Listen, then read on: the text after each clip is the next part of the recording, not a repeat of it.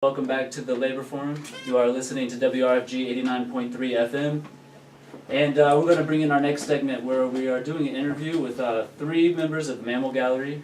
Mammal Gallery is located on Broad Street, and maybe some of you have heard the buzz about it. It's been around for a while, but we have in the studio Chris Yonker, Christian Balou, and we also have Brian Egan. So I kind of want to start off this segment by asking one of y'all. Let's say, Brian, since you're right next to me, we're a little cozy in the studio, so I want to talk about real quickly, how long has Mammal been around?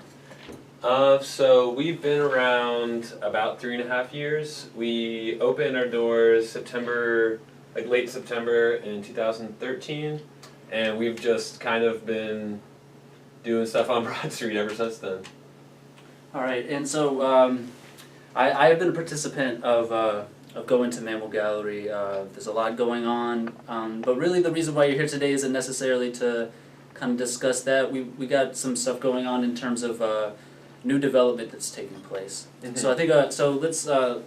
I wonder if you can give me kind of like a quick timeline on like what's going on Broad Street since y'all have been there, and how and then maybe we can we'll shift around and get some from Chris and Christian and maybe talk about how that's affected the way that y'all have had to operate business, and how that might have affected your relationships too with the people around you.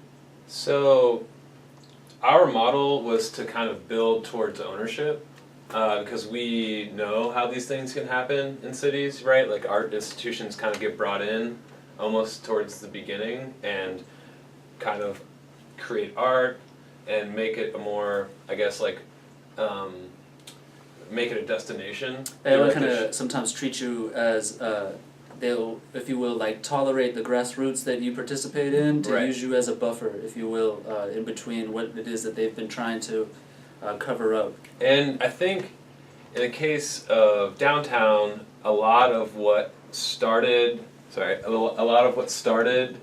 I guess the new development that we're seeing is the sale of underground, because we were pretty much left alone up until that interest started. So you have a real estate company from South Carolina that's now closed on underground Atlanta. And who is that? WRS. And there was a lot of stuff leading up to that final closure, and I think other people were brought in to partner with them, especially with money, and the developing company, Newport, was brought in early on and I think backed away from WRS. But WRS had put contracts on a lot of the buildings in South Broad Street surrounding underground Atlanta to try to make it more attractive to other investors because they would have more control over the entire neighborhood.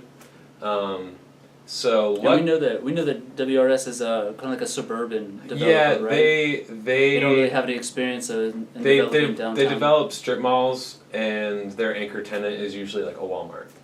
So it's like they really have no business being in downtown, and I think that's why the community has fought back so hard against development of underground, because I think the perception is now they're pretty much going to drop an Atlantic Station on top of underground Atlanta that really does nobody any good. And so with us, we're kind of in a little bit better of a situation because Newport is a little bit newer of a company, and they've actually hired an Atlanta team to work on this project. So we have a direct connection and a dialogue with them. But they currently own pretty much every building on our block right now, so we don't really have a choice but to be friends. But they, so that's pretty much like the play-by-play. Is at first it was WRS that was going to own our building, and they were going to be partners, and now it's two separate development projects. There's like the underground project, and then there's what's happening in South Downtown. Okay, so I want to ask, maybe we'll go over to Christian or Chris, whichever one of y'all feel like you want to chime in on this.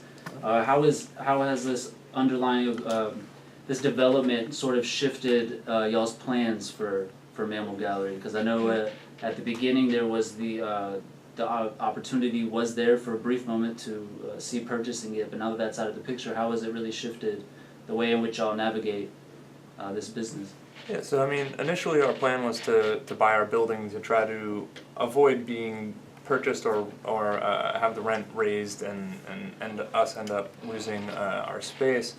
So we, we've now had to change our model from being one of which of trying to buy our building to now having to figure out how to make our business have like a business model that has more longevity to it that has to exist within kind of this box of being renters for a long time.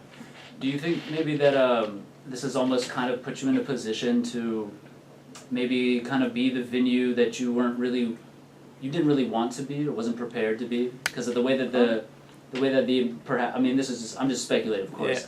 But like I know the Mammal Gallery kind of functions, although it's not a nonprofit, it kind of functions like a community space. And I think that this, by purchase it, might kind of put y'all in a position to have to kind of steer away from some of the more community events that you do and put you more in line with the sort of capitalist focus. Well, so we're trying to avoid that, and I think this new landlord coming into play might not necessarily be a bad thing. The reality of us buying the building means then we're responsible for all the things that are wrong with the building, which our building does need quite a bit of money put into it to have it be legally up to code. So it's kind of nice that we don't have to do those kind of things, and we're in talks with the development company right now to try to work out a long-term lease and maybe a percentage-based rent or something to where, like, we don't have to make decisions on our programming through it being financially feasible or not. Is we want to be able to make decisions based on the quality of the programming, not how much money it's going to make us. So it might actually end up being a beneficial thing, and we're hoping that through kind of this dialogue that we're able to actually have with this development company ends up being something that could maybe be a positive rather than a negative. So can I ask a question, because one of the things about the Broad Street area, one is it has probably some of the oldest buildings in downtown Atlanta, and a number of them have been abandoned for a long time. Yeah. So for those who are interested in the shiny, ticky-tacky world, the folks who congregated on the Broad Street area, there were all kinds of programs for people with addictions, and there were feedings, those kinds of things. And perhaps some of the buildings even were squatted in. So for those that are looking to change downtown Atlanta, as really since the Olympics came here, when there was a whole idea of just getting rid of all poor people and all black men who looked poor from downtown Atlanta, and to cut the services anyway. So that started sort of on the Midtown, okay, and then moved its way kind of where Centennial Olympic Park is, and now we have this big development that appears to be taking place in the underground, and so Broad Street's right adjacent to it. So is your perspective, or do you feel that part of the buying of this very well may be that for a few years they're going to let some of the art institutions and galleries and performance spaces and artist studios and the variety of things there for a minute, but then they're going to want to so-called redevelop that with high-rise condos and whatever. It's definitely a big concern of ours, because that is generally the process, like the cycle, the pattern that always happens. And that's why we're trying to sign a long-term lease, so hopefully we can kind of safeguard ourselves from that a little bit, because I feel that us remaining on the block will hopefully kind of slow down the process of people getting shooed out of the neighborhood, because like that might be part of the end goal, is to turn the neighborhood into something nice. Into like a nice kind of ticky-tacky place, but like hopefully, you know, organizations like us being able to stay around who actually engage with the community, you know, will at least slow it down a little bit. Also, I've heard, I can't totally confirm this, but they've already been applying for a historical redevelopment grant. So, you know, it's like the buildings themselves, I think, are an attractive thing to this company. They develop, like, the company is from Germany, and there's developments that they've done there. So it's like, to me, it's more so the what they're gonna do as far as, like, you know, I think to them, like, the drug trafficking and other things are like a problem to them, and I think we're concerned with how they're going to deal with that problem. And, like, for instance, they like closed down the Metro Mall already, and that's created a lot of like fallout in the community, and resulting in violence.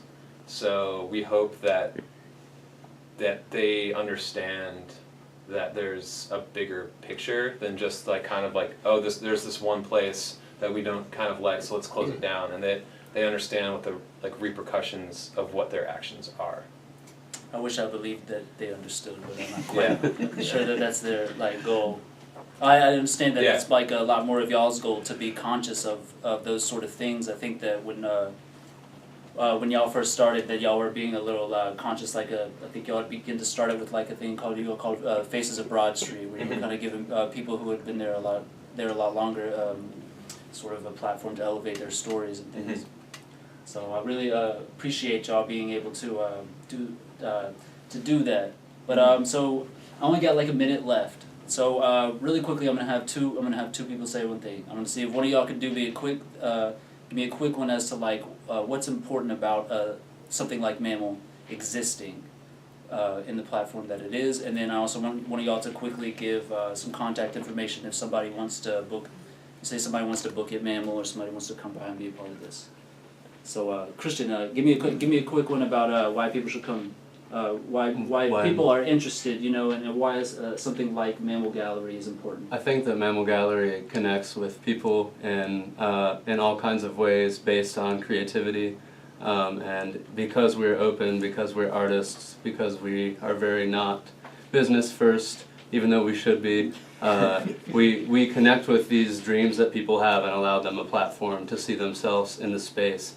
So we have a space, we're gatekeepers of that space, but we try to open those gates up and really provide opportunities that weren't there before. Since I've been involved with Mammal, I've seen young people develop their bands, develop their art, build their brands, connect with other people, and I don't think that was around before, maybe not downtown, maybe not, you know, in such a visible area, and that's huge, I think. You can see it when you drive by, it's a beacon. Like the colors like bring you there, and then you come and build, and I think that's what Atlanta needs, is people building together. All right, and some contact information. If someone's interested in you know, reaching out to Mammal, how can they get a hold? Yeah, so if you want to book anything at Mammal, just send an email to booking@mammalgallery.com. If you're looking for any information on what kind of programming we have, it's at mammalgallery.com. All right. Well, I want to thank Brian Egan, Chris Yonker, Christian Bailu for coming by the Labor Forum, and you know, I'm going to be around y'all a lot through your struggle and everything, and encouraging y'all to fight back and resist a lot of this. So we're going to take a brief message, and then we're going to be right back. Thanks for having us, y'all. You're very welcome. So stay tuned. Art for the people.